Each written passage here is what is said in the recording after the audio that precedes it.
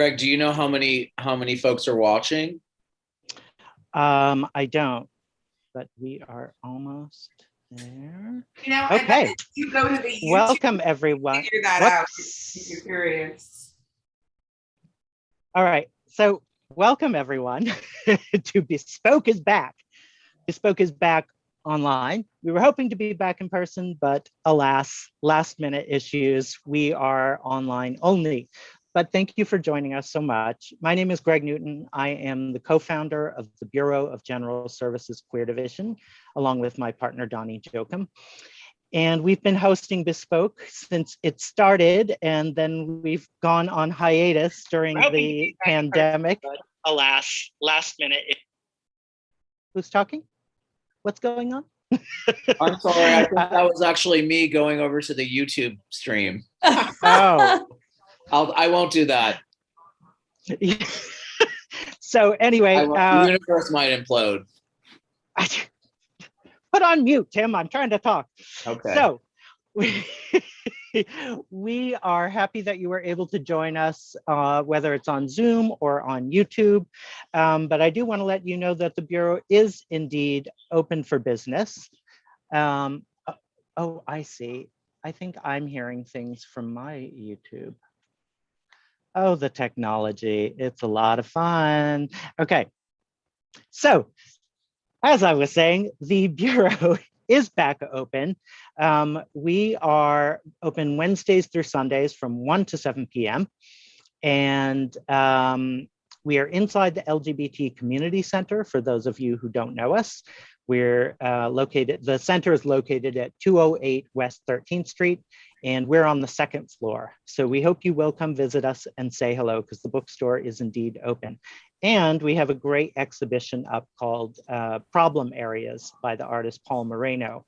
And that show has been on a long wait list. It was supposed to open the very day that we shut down in 2020. So we're thrilled that it finally opened, and we're thrilled that we're going to have a hybrid online and in-person event next Thursday night with the artist Paul Moreno and with William E. Jones. So that should be really great. So please check that out on our website. But I'm really thrilled to have you all here tonight, and I want to turn it over to our hosts of Bespoke, Tim Murphy and CQ. So please put your hands together. If you're on Zoom, if you're on YouTube, you can do that too, but we can't see you. So welcome CQ and welcome Tim. Thank you so much, Greg. We're so happy to be here. And thank you everyone for last minute hopping onto Zoom. I feel like that's the one beautiful thing about this moment in time, is having that as an option actually is really, really incredible. And I have to say that Bespoke really has found a home at the Bureau, and we started there in person in 2018, and then we hosted a ton of online events. And this is our first actually event in a little while. And it's a true honor to have the three readers that we have today, who I'm just like such a huge fan of in all different ways. And I'm really proud that our reading series, I really feel like, is unique in that we're an all queer reading series, but also all genre. And we really try to hold true to that and have folks of all different stripes with us. So Tim, do you want to say anything before we get started? I just want to say it's great to be back on the Bespoke train, and I'm so honored to have our three readers tonight, and so excited to hear what you're going to read.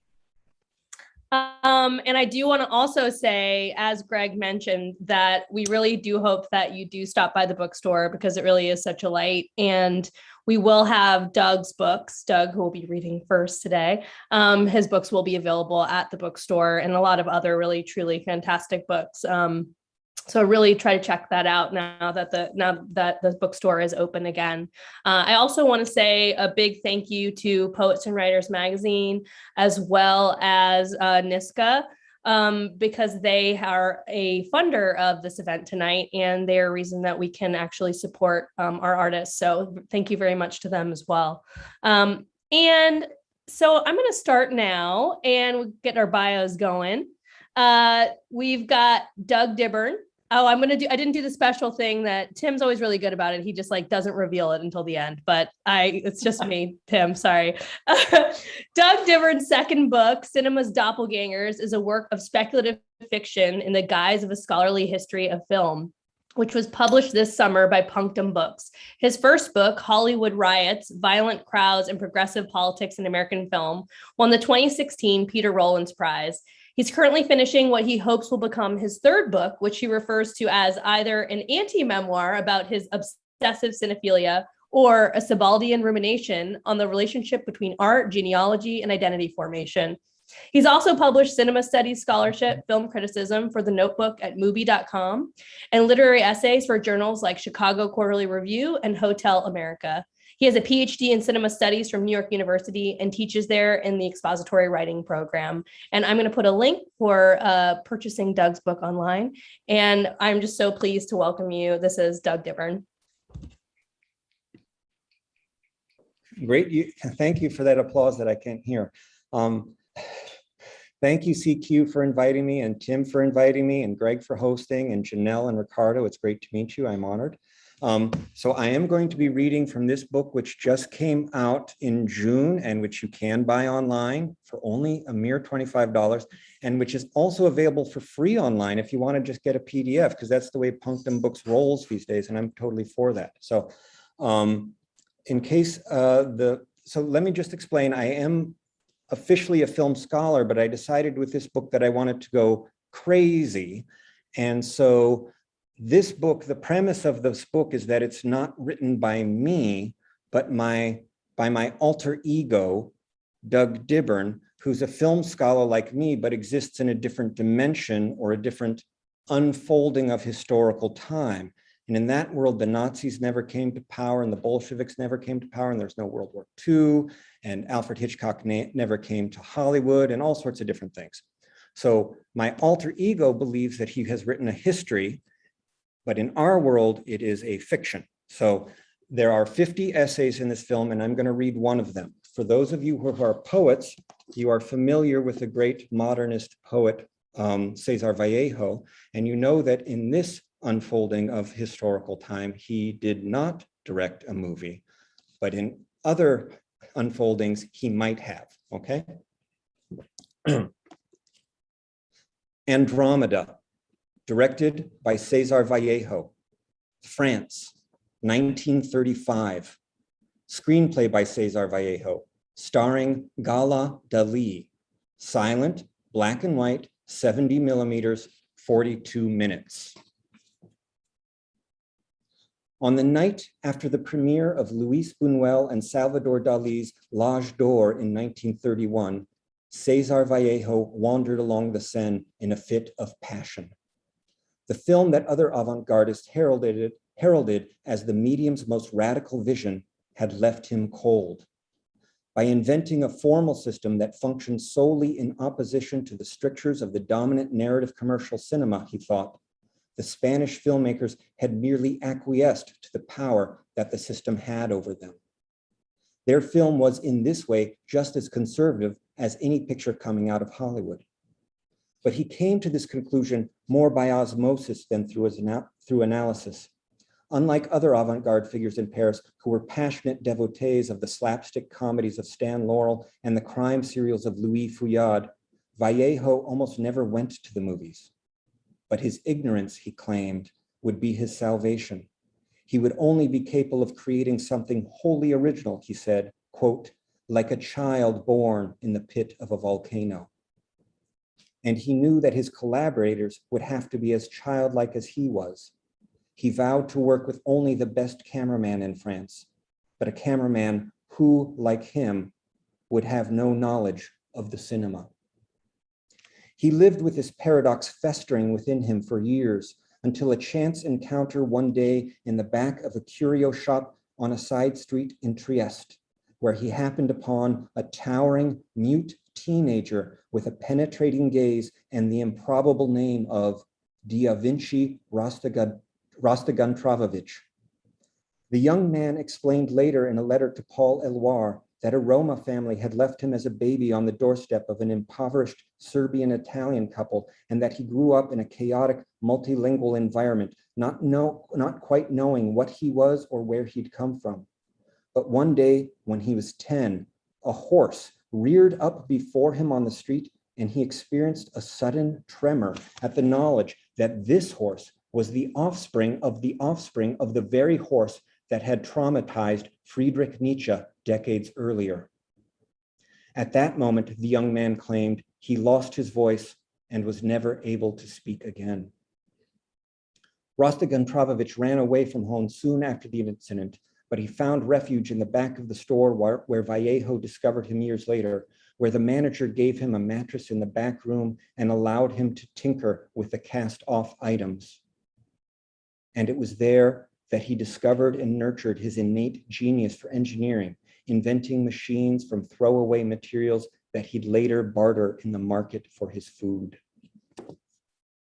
Vallejo says that in the moment their eyes first met, he felt a kinship he'd never felt before. Later that night, the mute giant diagrammed for the Peruvian poet his design for an urban transit system that would convey people along rolling platforms powered by wind turbines and the heat generated by towering heaps of compost. And in that moment, Vallejo realized that he'd found his perfect collaborator. He brought Rostak Antrovovich back with him to Paris and let him sleep on his floor for a year with the express purpose of inventing a new 70mm motion picture camera for the production of his film. While his new friend tinkered, Vallejo worked on a script which he intended would not include a single intertitle. Quote, "If we have chosen to express ourselves through the motion pictures," he said, "we must express ourselves through images and movement alone." Meanwhile, his young collaborator had managed to design a camera that employed the wider gauge of film, but which was somehow so lightweight that he could carry it on his shoulder. But the young mute's greatest innovation may have been his work with lenses, which created an image much more precise than anything even the engineers at Zeiss had imagined was possible, enabling Vallejo to fulfill his dream of making Andromeda the most stunning visual spectacle of its day. The film begins with a series of flickering, amorphous swaths of gray light emerging from darkness. These flares transform themselves into an initially inchoate collection of nature images in which the size and shape of the frame are constantly shifting. Now, fields of corn in an hourglass figure in the upper right corner of the screen. Now, superimposed birch trees in a hazy ovular mass at the bottom of the frame. Slowly, the ever-shifting perspectives teach us how to see the world in ways we hadn't been able to fathom before. Over time, we begin to understand that we are not looking through our own eyes, but through another's. But it's only with a hallucinatory close-up of a flower's stamen that we finally comprehend that all along, the images have been giving us entry into the collective mind of a colony of bees. From flower to flower, bursts of pollen and sunspots flash here and there until, back at the hive, a kaleidoscopic orgy of bees' eyes pulsate in rhythmic disarray across the screen. Then, out of this visual cacophony, a woman appears, as if the physical manifestation of the colony's mental energy, crawling on her hands and knees across a barren mountain pass in a seemingly endless repetition of swooping tracking shots and ground level close-ups, her face feverish with sweat, her hands grasping, clutching, clawing at the rock-strewn slope until her fingers begin to bleed. And she continues to crawl up and down the mountain for the last 20 minutes of the film, her hands cut so badly by the end as she succumbs to exhaustion in a ditch that when she wipes away a stray hair from her face, it looks as if she's drowning in an avalanche of pebbles made of blood. The woman is, of course, Gala Dali, who abandoned her husband Salvador on their honeymoon to come to the Pyrenees to act for Vallejo, who in turn forced her to crawl across jagged landscapes for 12 hours a day as he barked nonsense syllables at her in what he claimed was, quote, the language of the moon. She stayed with the project not because of her commitment to Vallejo's artistic vision, but because she had begun a passionate affair with Rostigan Travovich, who had just turned 17.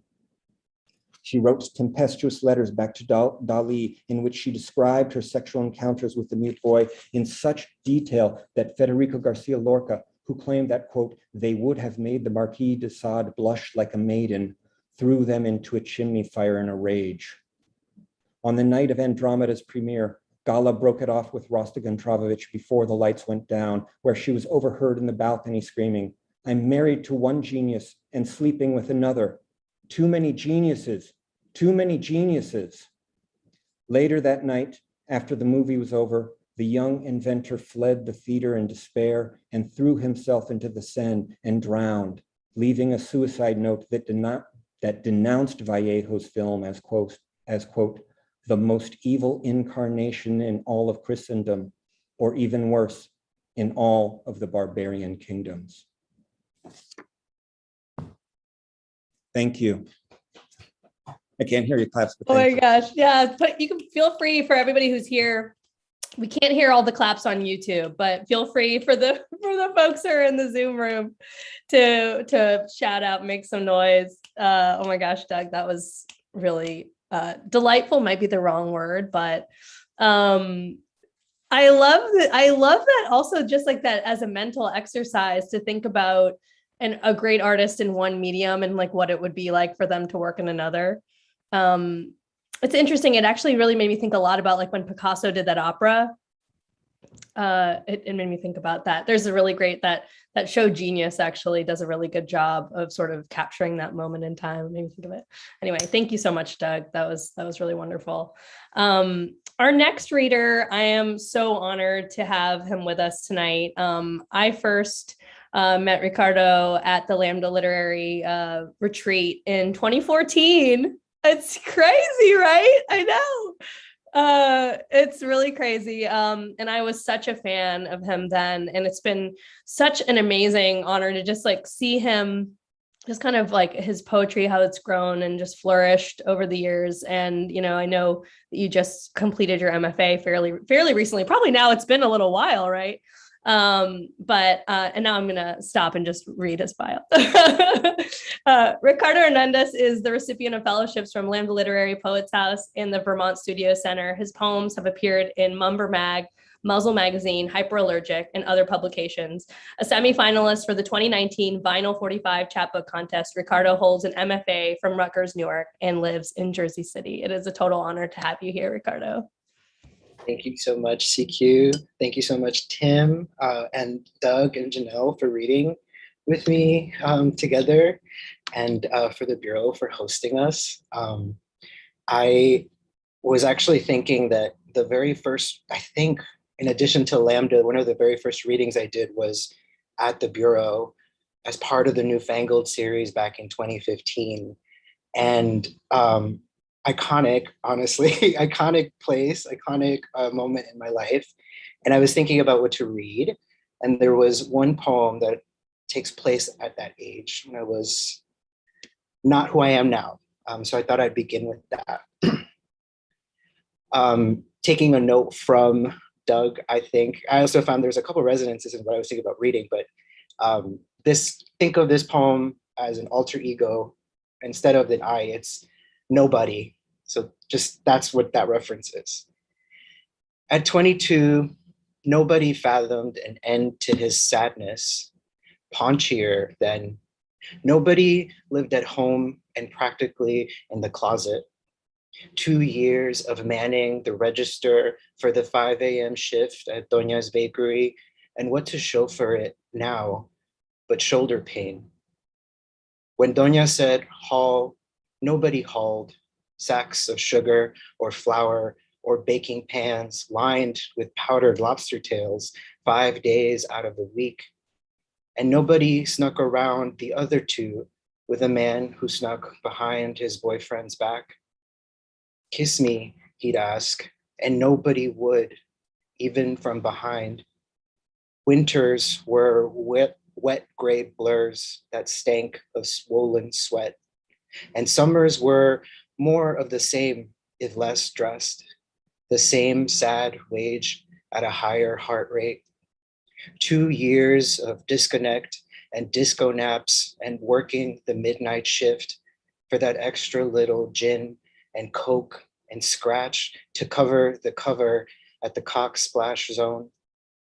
Coming or going, nobody hankered to be somebody's.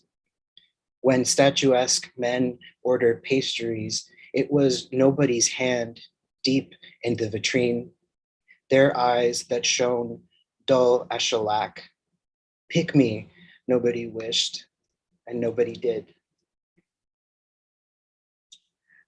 There was one line that really jumped out at me during your reading, Doug, and I wrote it down, but we are not looking through our own eyes, but another's. And this other poem, that's how I think about it sometimes. It takes its title from a painting by Magritte, The Lovers, 1928. But it's not the one that most people think about. It's when they're kissing. It's another one where the figures are peering out. And behind them is a really floral, beautiful verdant landscape that's uncanny because of the covered faces. So this is The Lovers, 1928. So everything has changed. So history has cut a wide swath in your mind, has made the insides of the frame, the distant pear trees, the off-white sky heavy with implication. So you can't look at it again without thinking how its significance has to do with the artist who, as a child, was brought to a river and told his mother had drowned. Has to do with him, a witness to the instant her body is fished out of the dark by pulley, by counterweight, working together like some grim wrist to raise her carefully by the waist, her off-white nightgown soaked, clinging to her face. Has to do with mother as handkerchief being lifted as exposed bone. Mother, the question mark at the center of his life, usurped by other questions like, weren't there signs, something unusual, something you should have seen coming? Son, you should have warned someone. The first time I understood the uselessness of language, I was 10.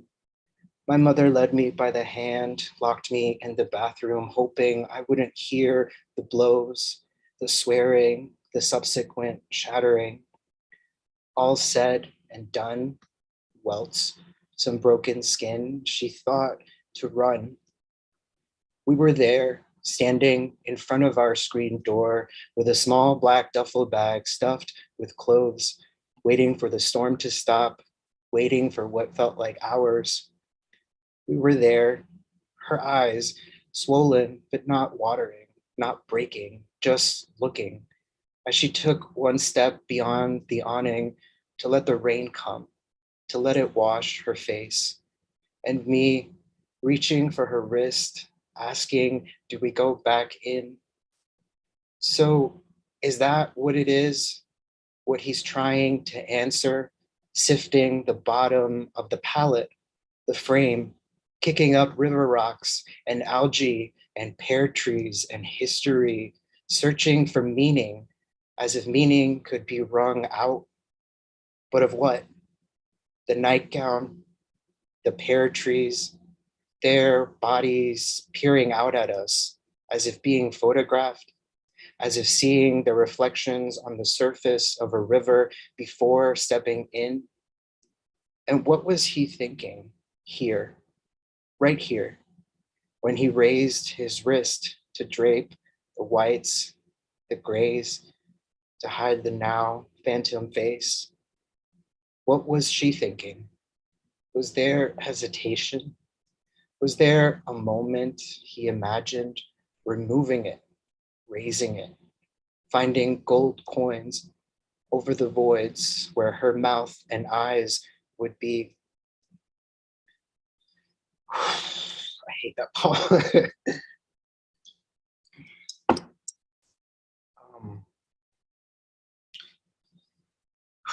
Okay. I think I've got two more.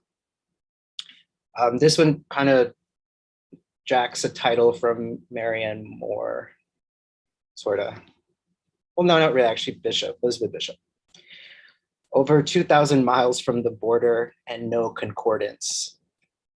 It's based on a true story. Dad recalls the afternoon the man called to say the fee for my import had raised. Then dispel the thought of guarantees. Then remind him all bolleros work like that. Nothing personal, just business. It was 1997. Business was good. In those days, my dad paid to ride the train beneath the East River with tokens. The soles of his feet grew thick. Beneath the elevated rails, pockmarked boys hawked phony socials. At the street carts, men would wolf Cordero down so fast, sometimes they'd swallow tinfoil. It was 1997. Dad recalls the familiar faces, albañiles from Chiapas, electricians from Guerrero, an arthritic Oaxaqueño who peddled miniature baseballs, neon screwdrivers, the occasional rumor of silverfish infestations, of extramarital affairs, the woman from India who paid 100 pesos al mes to sleep on a kitchen table. It was 1997. Business was good in New York. In the summer before I arrived, Dad heard of a raid. Upon discovering 62 indentured Mexicans, all deaf mutes, shoehorned into a 4-bedroom apartment, detectives remarked, the children are in good condition, quite charming. The Red Cross brought provisions. No arrests were made. It was 1997. At the precinct, brought in for questioning, 62 sets of hands signed furiously. Omitted from reports was their first attempt for help. A note scribbled in Espanol, folded, then hand-delivered to the precinct. It was signed, I hope you have time to read this.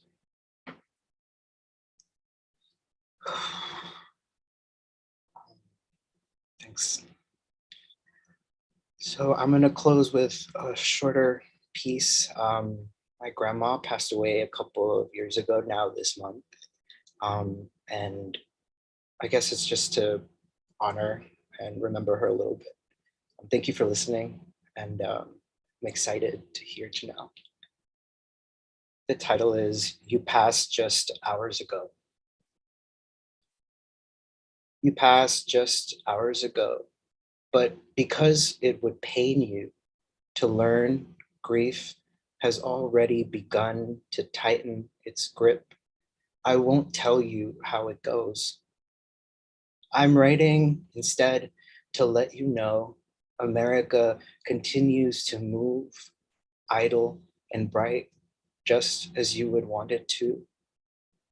The snapdragons bloom in spite of the lessening light. An autumn wind whips the brambles clear of yellow jackets and gnats. It drives the mice and woodlice underground. If you were here, I would show you how, eventually, the cold persuades scores of common starlings to shed their iridescent plumage, and we could watch as they enter winter, donning a darker, sharper down. Thank you.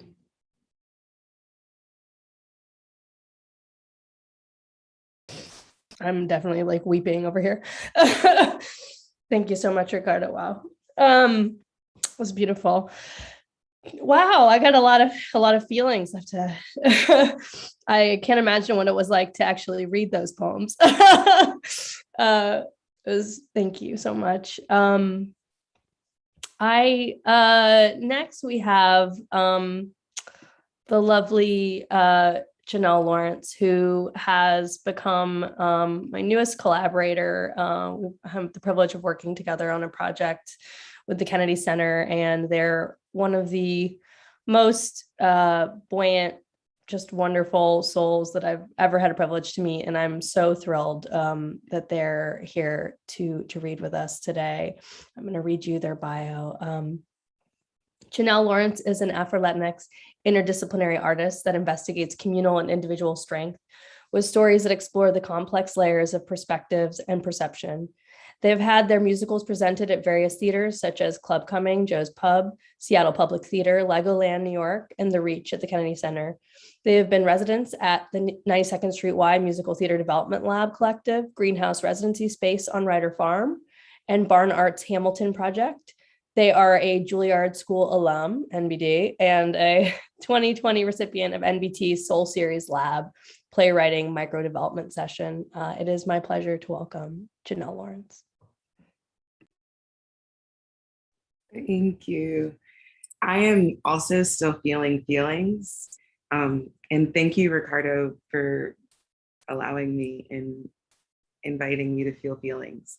And also thank you, Doug, for taking me into this like meta space, which is so funny or like really fascinating, because I've spent a lot of my like last 2 years being someone who like just jumps into a genre of work that they don't often do and from an inquisitive position. So not as meta, but still quite interested in expanding and learning how to communicate really and tell stories. So tonight I'm gonna share some short stories, some really short stories or essays from a book that I'm working on. And I will tell you the name of the book later. And I'll also read some poems. And the way that this book flows is that poems happen in between essays and also inside of essays. And you just follow along. But there are different spaces. So I will acknowledge when there is a different space. Cool, yeah, and thanks for coming with me. And thank you everyone, like CQ for having me, Tim for having me, the Bureau for holding space for us. And my first pages, okay, that's my last disclaimer. Okay, the pre-poem is, it feels like we've forgotten something we don't know. The body keeps score. This is not a match. My body isn't keeping your body in a game just so we can see whose body scores more or less. I don't want to win. Think of Lizzo pre-Grammys. I wonder about the score her body held and what is the score now? And other women and femmes of diverse styles and sizes so often box into being in relationship to their sex appeal or fuckability. Were the crevices of her thighs luxurious then as they are now? When we think of it, dance with it, we observe bodies like they're isolated from their journey, from the people who journey with them. My body remembers almost always having breast. And when everyone around me was stuffing their bras, I too stuffed my bra. I already had a real cup size, a size already too noticeable on my body. In spaces where my body wanted to be like other bodies, it never quite was. It never took up enough space, but it never really could hide. My body took on all the traits of a housewife before its 14th year. Theos and teachers would say, "You're great at cleaning and you're gonna make some man very happy someday." My body was still just conceiving what a body was, all the while keeping score. Remember circa 2017, Aisha Curry, who was pitched as the perfect housewife, I can't even remember why. And then years later, publicly navigating a relationship to sex interest, she gently says, "Men give more attention to my husband than they do to me." Something blown larger than she expected. Something never touching her fuckability. Something about the housewife. Though the pinup of motherhood and beauty and a beautiful Black and Chinese woman, her body still keeping score, still wondering who's keeping score. I do not fear being sexual. I do not fear sex. I do not fear the current and the potential power in me. I fear for the tame. I feel for the sensible. I am the match and I am the flame. I was built to be combustible and beautiful. Sometimes I get this chill in my body. It's hard to explain because it starts in my head, almost like I think it first. My body has always been seen. My body has always wanted to be seen and to hide. My body can't explain this conflict. How? How do we do that? I want you to see my parts, my tiny and large parts, the parts that make my skin bubble up and the hair stand in attention. My body wants to be seen, nay, deserves to be seen. Beyond the breasts that have followed me, grown with me, kept score their own way. My body has been crafted, curated, and cultured. My body wants to be seen, and my body wants you to see its duality. My body wants you to see the brain, so complex. This machine has kept the official score and has gauged its fuckability, stuffed itself in places it was already happily full, built and sculpted the perfect housewife, and blew her up and changed their name. The score, never higher than before, but still unsure if it's lower than it should be, journeys with me, keeping up, showing you. So that's my first one. Thank you. I'm going to read a little poem in the poems in between. You are so beautiful with your strong jawline and those shallow dimples, with your radiating strength and pose, with hope in your eyes and potential on your tongue. You are so beautiful. We are the shadow of each other, you know? Almost too rationally sane to notice. We hold our heads at similar heights and our hearts on the same titanium plaited sleeve. We are so similar, you see. That's why I know. That's actually how I know, because you told me. And now I'm reading an essay called Sometime in November. Why have colors never looked like this before? She thought as she walked down the street towards the next Ave. They were being pulled into the water, with no access to it. Wait, in between laughs. Have we walked by this bodega before? Here, they're called delis, though. They don't get to sell flowers at $50 and sodas at $2 and share names with, did she love him? This had expanded, grown beyond what was expected. He was there when she is a lesbian? He was there when she was engaged. Is she not now? The likelihood of that feels, someone says, fuck, I need to pee. It's her best friend. They're all best friends, right? But he's more than that. And she's still a lesbian. Probably not at this point anymore, or at least soon. I also have to pee, and she says, still laughing. Okay, let's try the redacted. I know the manager. We always know the manager. We all have worked for the same company, but he wants to be a chef. He's a sweet boy with dreams and goals and a soft smile, but a beautiful, striking essence. He is like her soul partner. Does she love him then? Has she told him this by now? He caught her in an He taught her the intense intimacy of unabashed platonic love. We haven't even kissed. I actually think they've never kissed still. Peeing never feels as good as it does when you can feel it move through your entire body. I did need to pee. You mean you didn't just need to get away from the boys?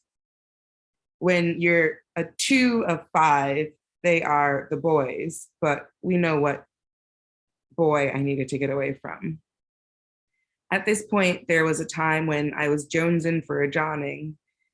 Is that what happens in close friend, intimate groups? Had the evening happened where they all got high and sat on the couch and just locked in with each other?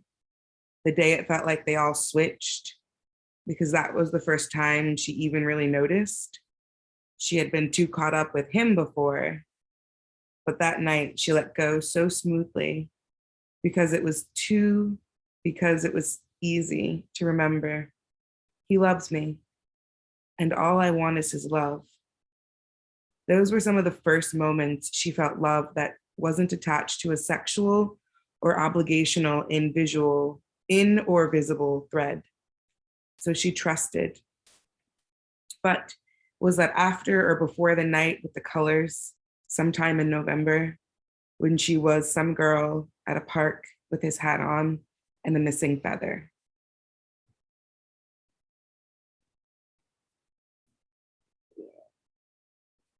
Okay, I have 2 poems and then one last story.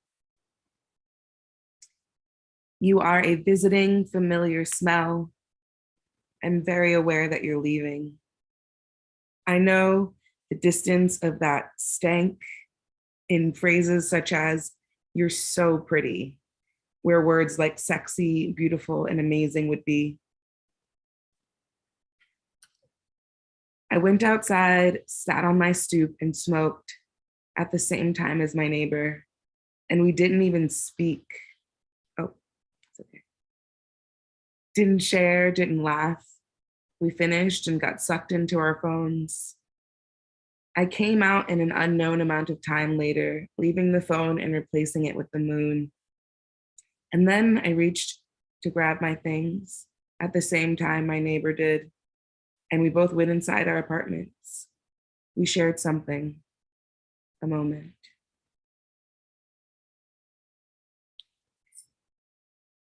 And this doesn't have a name yet, and I know what I don't like about it, but I want to figure out where I'm working with that. As I lay here in bed, listening to music I love to make love to, I wonder how long I've been doing this, curating sounds, Moses Sumney, Fiona Apple, Hiatus Coyote, to match my needs. Sure, I'm always hearing music, but how long have I been taking music into me and arranging it to go into other people? I can remember being 9 or 10 and listening to Little Kim's hardcore album in bed. I didn't really know what being wet was, but that sound, the butter, the rubbing sound, the sound of all of that pleasure, I don't think it was always a sexual experience for me. It was an auditory setup, a public display of what making art is, in a way. From a young age, I thought about sex. We often demonize the adult that reflects on their sexual thoughts or experiences as a child. So I'm going to ask you to do a little exercise before reading on. Imagine yourself as a child. Think back before your first touch by a caring lover or your first unwanted touch. Maybe this moment lives in between those 2 moments, like the inside of an Oreo. Take yourself there. When PJs were strictly for funny references to your favorite shows, books, or other pop culture. Are you there? It's me, an inappropriate sexual thought. Welcome. When I'm listening to the sounds in my head, it sometimes feels like a little secret that I don't have to share with anyone. Kind of like when you're laying in bed in your Rugrats PJs, taking a ride on the elevator, that's your brain, stopping on each floor to make sure you've covered everything. Fed dog, check. Ate dinner, check. Packed backpack, check. pretended to brush teeth. Check. Everybody, move your feet and do the naughty. Oh, are those the words? Probably. Check.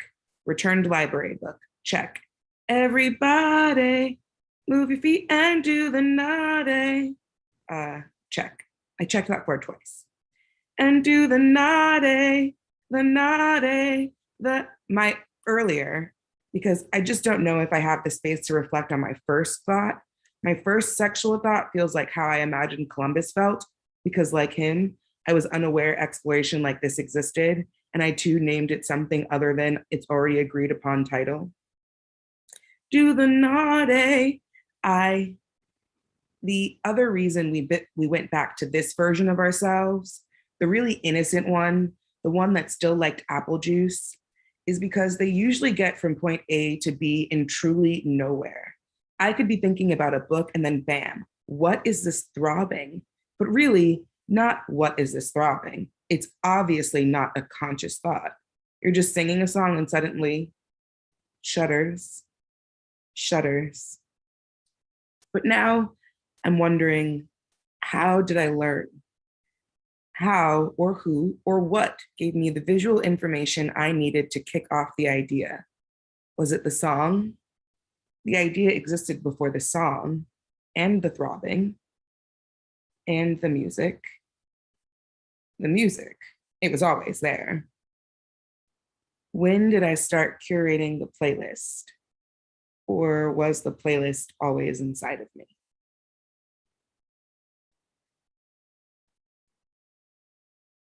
Thank you. I just want to say that I still like apple juice. Yeah, thank you, Joanna. That was so great. Thank you, Jay. What an awesome group of readings. Oh my gosh, I feel like I've gone everywhere from laughing hysterically to weeping into myself. Thank you everyone so much. Just wanted to do a little brief Q&A. It's always a fun thing that we do at the end. If anybody who's here, I know that we have a lot of folks who are watching on YouTube that unfortunately can't ask questions, but if anybody who's in the chat wants to put a question into the chat, feel free. One question that I have for each of the readers tonight is, I've just been thinking a lot about, and I think with some of the work, I think y'all have definitely had some work here tonight that really centers on joy, but I've been really thinking about that in terms of writing. And so I would love if you could share one line or piece, either from something you've read tonight or something that you've been working on recently that actually brought you joy, that you were proud of. I know it's hard to say as a writer, but something that Doug's laughing, which I love, but something that you were yeah, or even if it was just one moment, or even if it was just tonight, and tomorrow, if you looked at it again, you'd be nope. But just in this moment, that there's one line or one piece or one idea that you sort of were that either mentioned tonight, or if you've been sort of toying with that brings you some joy, or that you're proud of. Who wants to go first? Doug really does. Oh yeah, all right. I guess it's Jay. Everybody touched their nose. That's so funny. Okay, my family does that too, and they're on it. Anytime there's something like this. So I was mostly in shock. Something that brought me joy today. So I've only been working on the book for, I guess, 3 months, and titles are really hard for everything. I write musicals and I am what is a title? I write songs and I'm can't just the whole first verse be the title? The title is it can, right? For one word, and I have loving as 4 titles of a song. It's just insane. So something that you could be a painter and just be Untitled 1, Untitled 2. I actually do that. I do that with the essays. So the book, I'm dancing with the title, It's Okay to Be Soft with Me.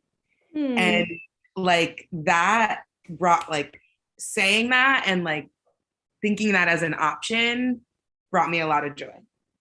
I love that. It brings me a lot of joy. I think everyone in the room, I see like a lot of like nods, like it's okay to be soft with me. I love that. It also sounds like a song. Just want to say, like it, like in a great way. Like it could be like your companion song. I don't know, just putting it out there. That was great.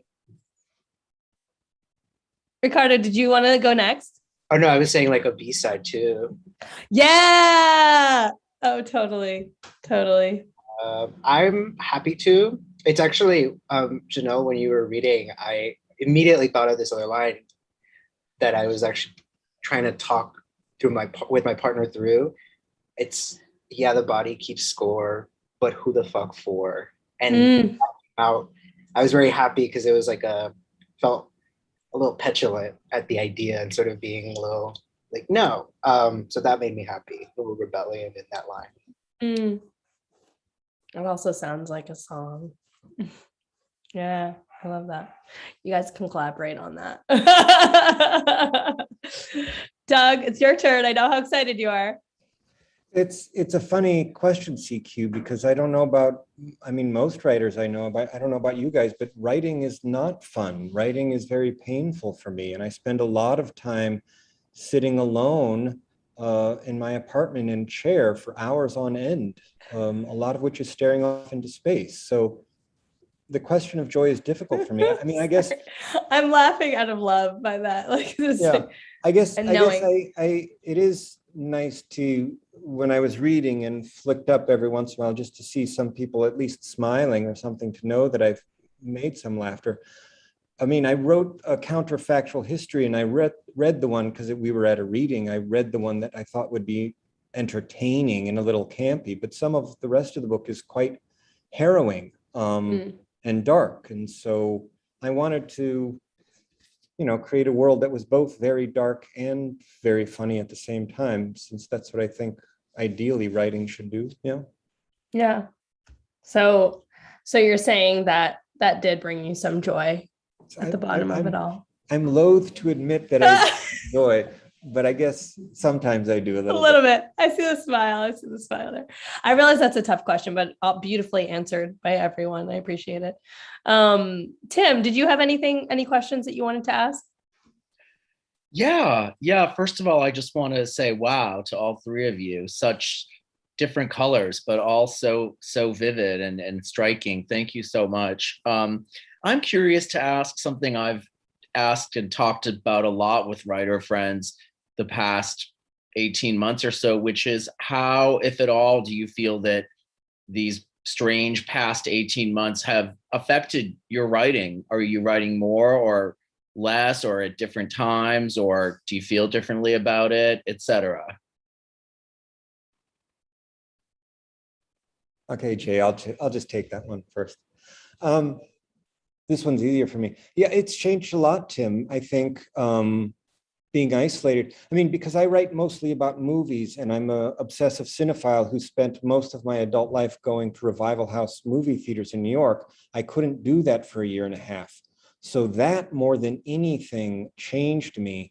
And I have it's harder to go back to the movies now. And so my life has changed dramatically because of that. And that's made me, I'm now writing a series of essays about movies that are about not seeing them. And so the idea of what does art do for you, and what is art for when you can't experience it? It still lives on in our memory. We think about it all the time, but in the absence of it, in some way makes it stronger.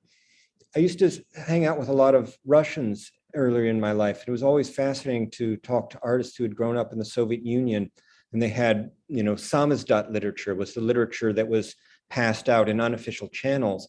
And it was always striking to me that the people, when the art was made illegal, that they couldn't perform or exhibit their art, on some level, the art was so much more passionate for them when they were dealing with samizdat literature, because it meant something, right? So I think that's one thing that's happened over the pandemic for me.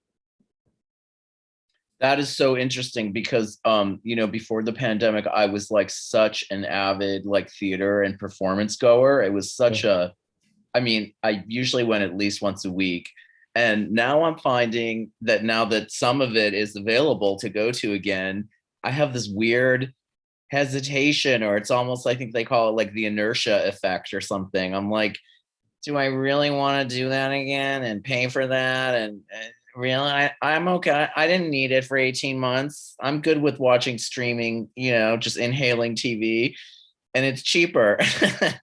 But I do feel that at some point I'll probably go, and then the magic will come flooding back, and then I'll, I'm sort of hoping I'll have this epiphany that I wasn't expecting, where the magic comes flooding back in. But I have to buy a ticket to something first. So it's interesting you saying that, though, Tim. And actually, I have a question for you, just as a secondary to that, Doug, which is, like, you talk specifically about, the experience of like going to the theater to watch certain films, which I'm curious, like, during the pandemic, were you watching any of these, like Criterion Collection, like sort of like on, you don't do it. It's totally like a going to the movie theater. That's so cool. It's so interesting. That really is a really interesting thing, because it's and I'm sure I'll be curious what Jay has to say, but I definitely like sort of being in the theater. And it's interesting hearing what you say, Tim, because I feel like my sort of inertia effect when it comes to the theater is more about an emotional response to sort of just the state of the theater and and sort of the lack of movement toward equity. But that's like a whole nother conversation. But it's a really interesting to hear both of those responses. I'm curious to hear both Ricardo and Jay's responses to this question. Hey, I was on mute. Do you want to go? Okay. I was like, am I on mute? I am on mute. Yeah, so I want to respond to all of the responses. CQ, yeah, well, not to blow up our spot, but like we just saw a play in person, and it has like such incredible magical features. And Tim, simultaneously, as I was experiencing it, I was just like, damn, if I could make it up the stairs in this theater, and like, damn, if I like felt a little sick, like I would miss out on this. I had to quarantine earlier in the year, like for like a day. I was like worried, and then I got a test and it was okay. But I missed a show, and they were like, it's totally okay. You can like reuse your ticket. And then I kept reaching out to try to reuse my ticket, and they like never got back to me. So it's such a weird world to not have access to this like virtual content. Like I find, and maybe this is where CQ is saying about like the equitable conversation in theater, I find it really fascinating that there's still things inaccessible, even beyond like the fiscal inaccessibility that like we had before.